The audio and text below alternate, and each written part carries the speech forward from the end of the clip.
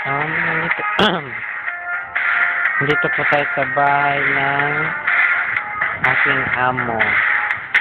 At, makikita niya naman kung ano dito yung mga gamit nila.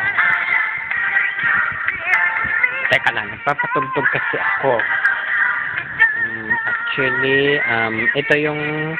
dito yung hagdanan nila. Ito, oh. Yan yung hagdanan nila. Simula dito. Simula, yan. Pinash ko yan ng muriatic. Ay, grabe. At sobrang, naano ko ng amoy. Yan yung mga halaman. Sobrang taas pa kasi ng araw. At dito naman tayo sa aking alaga. Hi, baby Dazzle! Hello! Opo. Oh, ito yung alaga ko, si Dazzle. Yan, si Dazzle yan, si baby Dazzle. Sige, tutur ko kayo dito sa bahay ni Ate Ana. Wait lang. Ito yung fountain. Yan yung fountain na pinilinisan ko. Tapos, ito naman yung inuupuan ng mga bisita. Ito yung car na ito yung car na pinilinisan ko. Actually, nakasakay na ako dyan. Tapos, dito naman yung isang fountain. Yan. Maganda siya, no? Maganda siya. Maganda kung may tubig. Kasi makikita nyo naman, flow yung tubig. Ganda. Yan yung ilaw na binili namin ate doon sa Bacoor, Cavite. Actually, hindi siya pinapailaw. Minsan lang pinapailaw. Kasi, bayaran. So, yung driveway. Right. Yan yung driveway, yan yung garden natin. Tapos ito yung bench. Ito yung inuupuan ni ate paghapon.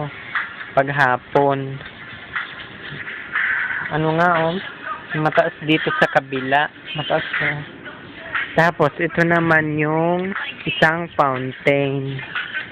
Actually, wala siyang tubig.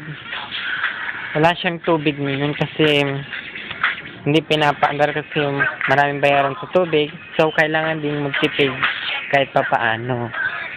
At ito naman yung motor na ginagamit ko. Marunong akong gumamit ng motor. Marunong akong gumamit nito. Actually, ginamit ko na siya. Kaya na lang sa akin. Diba? Yan yung at yan naman yung tower ng kuryente. Yan yung tower ng kuryente. Diba? At sa kabila niyan, meron din yung mga tanim na kamunting kahoyan. Kitang-kita naman ang ganda ng mga decor ni Ate Ana. Ito, mga binili niya kasi hindi pa pinapaalisan ng plastic. Diba? Ang ganda. Ito yung kwarto ko. Diyan yung kwarto ko. Sige, halika, pasok tayo. Kita nyo. Yan, ito yung aking kwarto. Yan. Yan yung aking kwarto. At dito naman yung kusina. Yan yung ref. Actually, dito, sarado. Kasi wala si Ate Ana. Ito naman yung kusina. Diba? Yun yung kusina, Merong mga maliliit o parol. Yung ceiling fan. Yan yung saingan namin. At sa likod din ito ay garden. Meron din dito ang isang fountain. Kita nyo yung fountain ito, Ito yung fountain na mahina na yung buhos. Kasi ito yung inuupuan ate pag sa breakfast niya.